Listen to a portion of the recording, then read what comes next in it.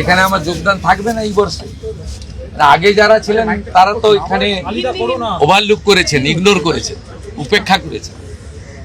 আমি তো দেখে এলাম এই বিল্ডিং একটা হেরিটেজ বিল্ডিং। আমাদের তো হেরিটেজ কমিশন তৈরি হলে আমি রেকমেন্ড করব হেরিটেজ কমিশনের কাছে যাতে এই বিল্ডিংকে হেরিটেজে যুক্ত করা হয়। কারণ আগের সরকার তো হেরিটেজ কমিশন তুলে দিয়েছিল। ঠিক আছে, ওটা তো একটা ব্যক্তি মালিকানা, আমার ট্রাস্টি আছে। আমরা জিরাটে একটা জায়গা কিনেছি, পশ্চিমবঙ্গ সরকার, আমরা ডিড করে এগ্রিমেন্ট করে করেছি। ওখানে একটা লাইব্রেরি সৌধ। বাকিটা আপনারা অমিত শাহজির মুখ থেকে শুনবেন। हाँ जरूर आने वाला है। सिंगूर के टाटा भगाने वाला नहीं रहना चाहिए और डॉक्टर श्यामा प्रसाद मुखर्जी आना चाहिए।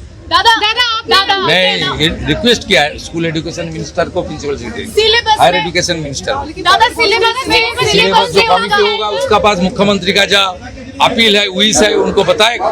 ये तो होना चाहिए ना। सिंगूर में टाटा का भगाना का इतिहास है, वो तो सिलेबस से हटना चाहिए। अब ये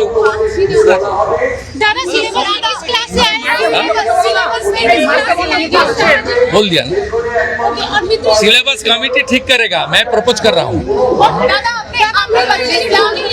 सिलेबस कोई पॉलिटिकल लीडर नहीं बनाता, लेकिन मैं प्रपोज कर सकता हूँ as a MLA of this area. Mitra institute के लिए भी आपने कहा कि 25 लाख रुपया देंगे। ये मेरी क्षेत्र के अंदर आता है।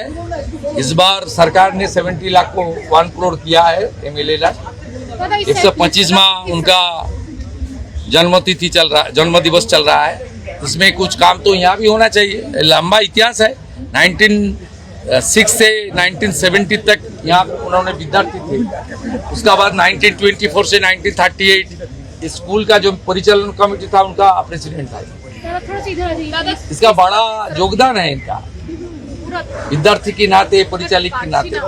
उसको तो ठीक ठाक रखना चाहिए। पिछले MP MLA कोई काम नहीं किया, मुझे तो करना पड़ेगा। ডক্টর শ্যামাপ্রসাদ মুখার্জির স্মৃতিগুলোকে সংরক্ষণের জন্য বললেন আপনি, কমিটি গঠন করা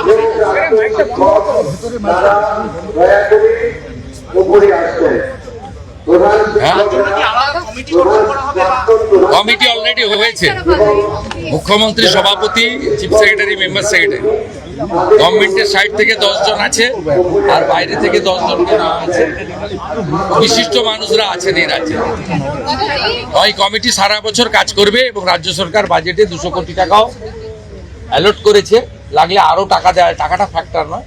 ওনার স্মৃতিকে করা হবে এবং প্রয়োজন হলে ঝাড়খণ্ড সরকারের সঙ্গেও আমরা কথা বলবো। ওনার মধুপুরে যে স্মৃতি আছে সেটাতেও কিভাবে সংরক্ষণ করা।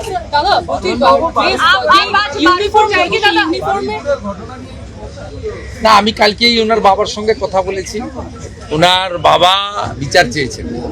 জঘন্যতম ঘটনা, সিট গঠন হয়েছে। পরিবারের পক্ষ থেকে 4 জনের বিরুদ্ধে অভিযোগ দেওয়া হয়েছিল।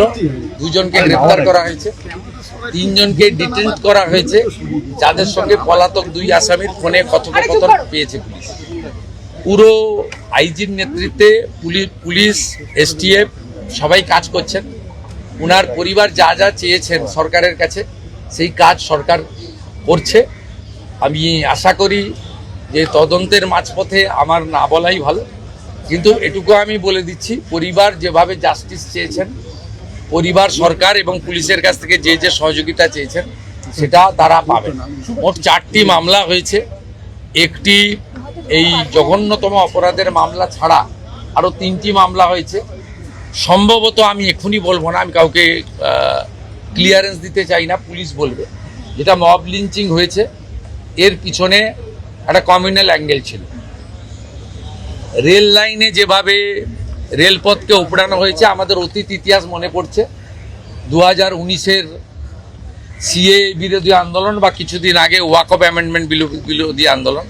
তৃতীয় হচ্ছে CRPF-এর 2 জন জওয়ান আহত হয়েছেন, একটা পুলিশের গাড়িকে জ্বালানো হয়েছে। আপনারা নিশ্চিন্তে থাকুন, প্রথমটার তো বিচার দেব, ক্যাপিটাল পানিশমেন্ট দেব। ওর বাবা যা যা চেয়েছে সব করবে মুখ্যমন্ত্রী। সাথে সাথেই ফোনে কথা বলেছি। তো আমি খুশি যে ওনারা আমার আস্থা রেখেছেন। বাকি 3টে বিষয় যারা যুক্ত, যারা অতৃপ্ত আত্মা, ভোটে হেরে যারা ঘরে ঢুকে গেছিলেন, এখনো ঢুকে আছেন, এই তিনজন মিলে এই যে 3টে কাণ্ড করেছে না, এদেরকেও কিন্তু ভুগতে হবে। এমন ভোগাবো বুঝতে পারবে।